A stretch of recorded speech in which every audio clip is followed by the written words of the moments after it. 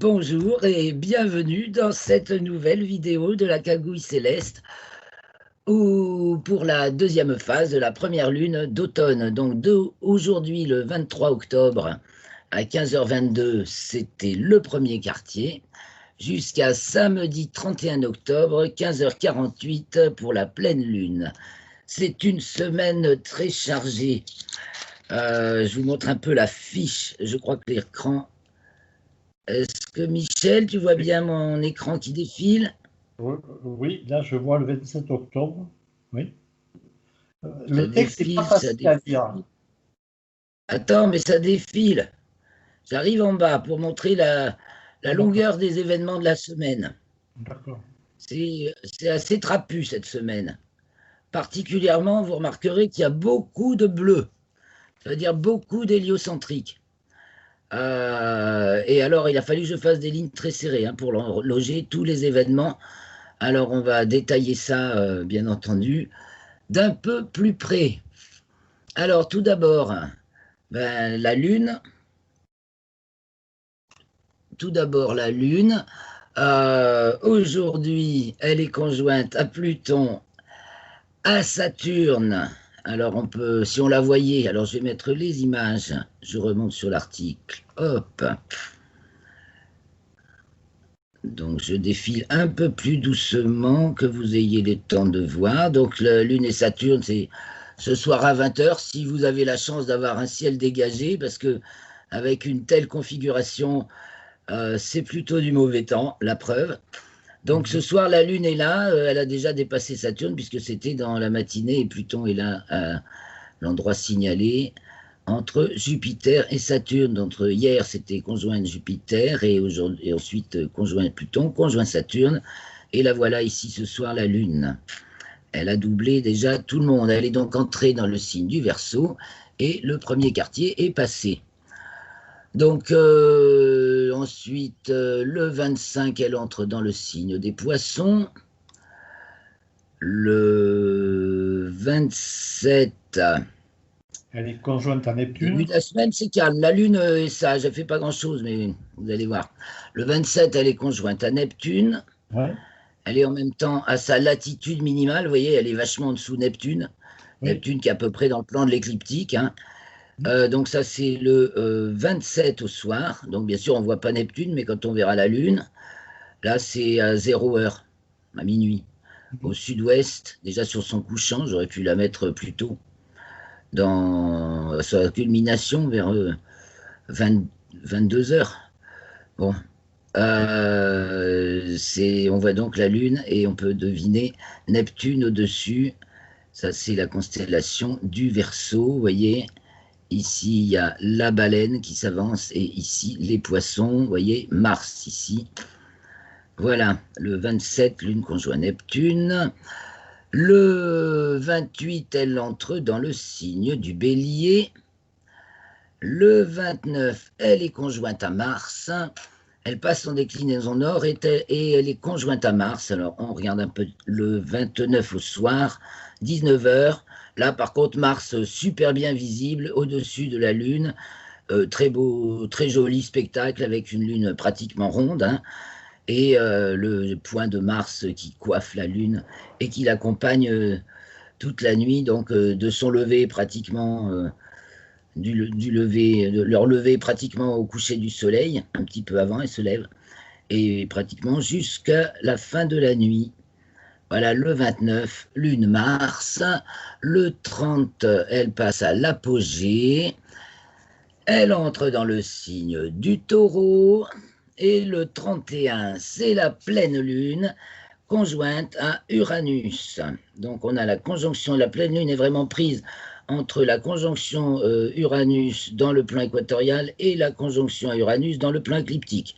La pleine lune advient au milieu entre les deux. Alors j'ai rajouté une petite photo, j'ai mis des photos de la lune à son lever le 30, à son coucher le 31, donc un petit peu avant la pleine lune, à son lever le 31, donc pleine lune passée, à son coucher le 1er novembre. Et Lune et Uranus, comment ça se configure à 19h, donc une heure après Même une bonne heure après leur lever, 19 heures, le 31, ben on aura Uranus au-dessus de la Lune. Bien sûr, on ne verra pas non plus Uranus. La Lune est devant la baleine, vous voyez, c'est la figure de la baleine. Les poissons, la baleine et le bélier. Et donc, Uranus est devant la constellation du bélier. C'est à la limite, bélier, baleine, bélier. Voilà, alors... cette pleine lune, je signale toujours la pleine lune dans les traditions amérindiennes. Donc c'est la pleine lune du castor, clan de la grenouille, totem, serpent. Alors on peut toujours aller s'instruire sur l'astrologie amérindienne qui en fait, je le rappelle moi parce que ça a été ma motivation initiale pour faire la cagouille céleste en fait. Faire cette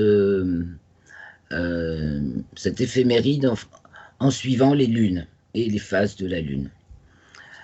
En fait, qu'est-ce qui se passe en même temps du côté des planètes? Alors, il se passe pas mal de choses du côté des planètes. Là, nous avons Mercure qui est au périgée le 24 et donc sa conjonction inférieure le 25. Conjonction inférieure, attendez, je vais vous le montrer sur les thèmes. Donc, on va prendre le thème du 23. Ah, mais j'ai deux fois le même là, qu'est-ce que j'ai payé là? C'est le 31 et ça.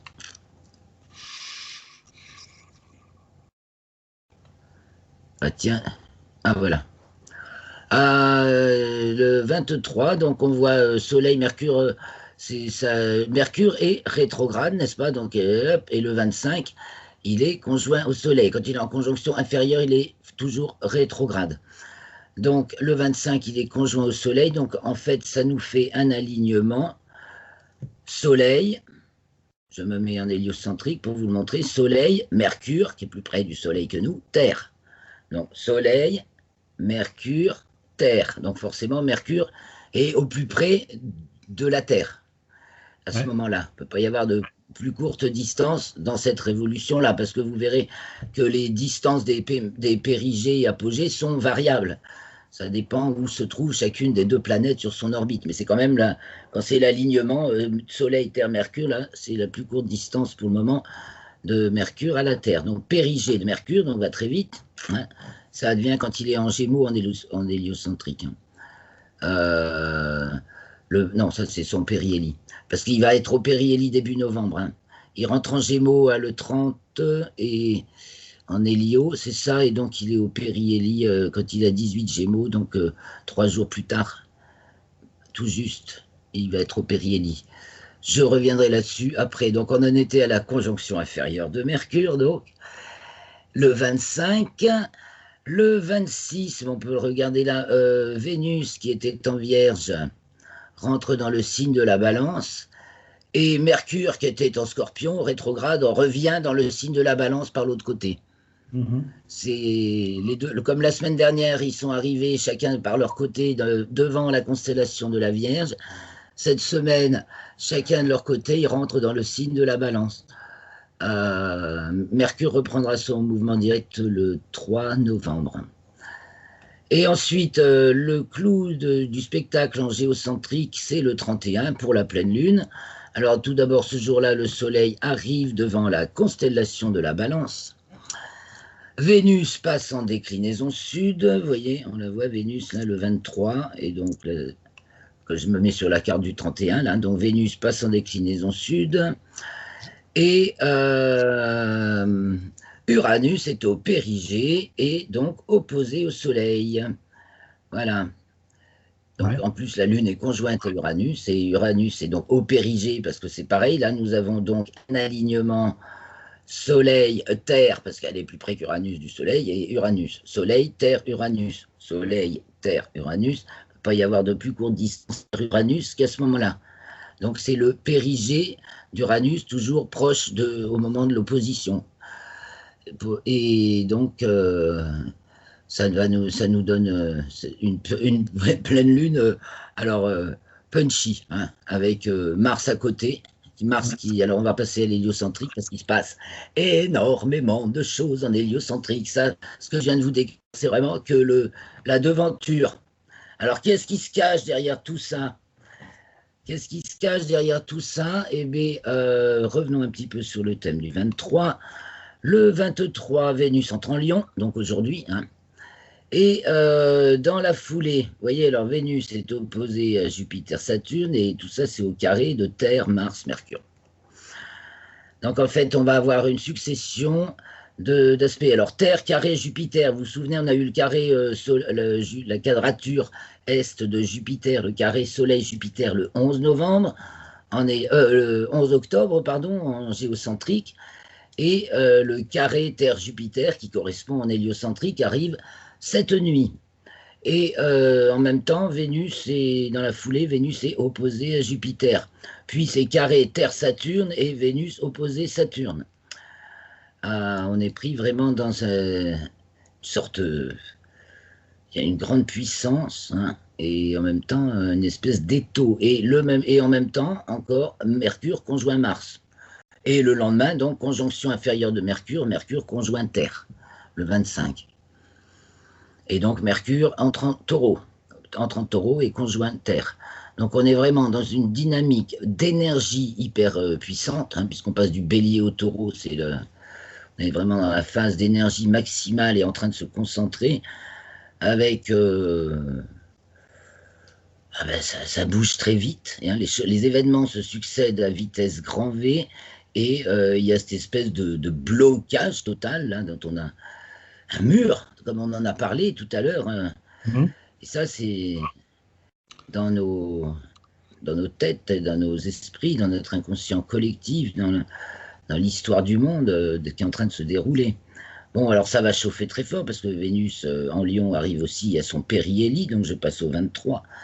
Mais alors attendez, vous allez voir encore. Ah non, j'ai un autre truc à vous montrer. Le 26, donc Mercure conjoint Uranus. Et ce coquin de Mercure, regardez-le sur l'échelle des latitudes, là. Eh bien, quand il est en bas, là, il remonte très vite. Et dans la semaine, il va passer entre le 26, le 26 au soir et le 28 au matin. Il passe en parallèle de latitude avec Pluton, avec Neptune qui descendent, avec Mars qui monte, avec Jupiter qui descend, avec Uranus qui monte et Saturne qui descend, et il passe à son nœud ascendant. Et il arrive la semaine tout à l'heure, enfin, pas tout à l'heure, le lendemain, enfin après la semaine prochaine, il passera en parallèle aussi à Vénus. Donc ça fait un effet de boutonnière qu'on a. Allez, on défait tous les boutons. On va visiter tous les étages. Mercure, c'est le fou du roi, là. Et c'est le mouvement, hein, c'est le transmetteur. Oui, c'est le transmetteur. C'est ce que fait Mercure. Ouais, et c'est le mouvement initial. Et ça, la fonction Mercure en hélio et la fonction Lune en géo, voilà, c'est ce qui va le plus vite. Ouais. Et alors là, il est donc, en plus, il est donc, quand il arrive en bélier, son périhélie est en gémeaux, là, donc il est en pleine accélération, pour être à sa vitesse maximale. Donc, il y a une succession, une cascade d'événements à poigne. Hein. Ça va. Donc, je passe au thème du 31. Le 31, voilà, Mercure est arrivé en Gémeaux, un petit trigone à Pluton. Alors, j'espère qu'il va y avoir un décoin, on pourrait appeler ça un décoin, peut-être de lucidité. Mais c'est dur. Hein. Non, c'est pas à Pluton, c'est à Jupiter, Saturne. Oui, parce que Verseau, Gémeaux. Donc, le 31, on en est là. Alors la situation a l'air un peu moins tendue qu'en ce moment de premier quartier, là, aujourd'hui. C'est vraiment très tendu. Et bon, on va voir que, je pense, il y a des assouplissements. Il y a trop de choses... voilà. Trop de choses incohérentes, peut-être. Donc, il n'y a que des coups... des cas par cas, il y a une règle qui se veut absolue, mais qui a l'air totalement détachée de toute contingence. Mais alors, c'est du mental, métal, c'est l'ordre absolu. Hein. Taureau, Scorpion, Lune, Uranus, pleine Lune avec Uranus. C'est on peut au moins appeler ça une prise de fer. prise de terre, mais je veux dire, il y a une empreinte, une emprise très forte. Ouais. C'est peut-être pour qu'on nettoie notre mental, justement. Il est urgent que s'aperçoivent que toute la situation actuelle n'est due qu'aux idées, aux craintes, aux peurs et Ouais. à l'ignorance qu'on véhicule dans notre mental. Ouais. Mais la question, c'est de savoir si c'est Saturne qui va plier et au profit de Jupiter au niveau social, ou si c'est Saturne qui va gagner et puis que Jupiter va se retrouver poussé dans les cordes. Je ne sais pas. Ben, moi, je crois qu'il y a Saturne et Jupiter, c'est les deux composantes de la structure sociale. Saturne, c'est l'infrastructure, tous les organes. Oui, Toute et puis Jupiter, ben, c'est tous les mouvements qui les font vivre. Mais bien sûr, les anciennes structures, alors, bah, sont déjà toutes obsolètes, hein, parce que depuis le début de l'année, hein, Saturne était conjoint à Pluton le 12 janvier, hein, oui, c'était oui, oui. en héliocentrique. Hein, Ouais. et puis il est rentré en Verseau, Jupiter aussi se rentre en Verseau, en héliocentrique. On est encore en formule Capricorne en géocentrique, mais en héliocentrique, Saturne a doublé Pluton le 12 janvier et c'est Jupiter l'a doublé le 31 juillet. Et vous voyez, ils vont être conjoints la semaine prochaine en héliocentrique. Ouais. La conjonction Jupiter-Saturne qui aura lieu le 21 décembre en géocentrique va avoir lieu dès la semaine prochaine en hélio. Ouais. Donc il y a des choses qui se posent d'avance, mais effectivement, qui ne sortiront au grand jour que pas avant le début de l'année prochaine. Oui, c'est ça. Là, Ouais. Ouais, ouais. Mm.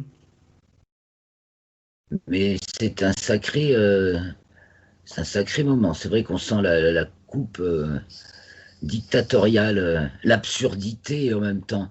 Je veux dire, peut-être que voilà, c'est ubuesque, Ouais. ces décisions arbitraires, ces ordres arbitraires, ce couvre-feu arbitraire, au nom d'une maladie pour laquelle on éradique ce qui soigne, on interdit absolument ce qui soigne pour Ouais. pouvoir essayer de la flanquer aux gens et ils n'arrivent pas à la choper, quoi. C'est ça le problème.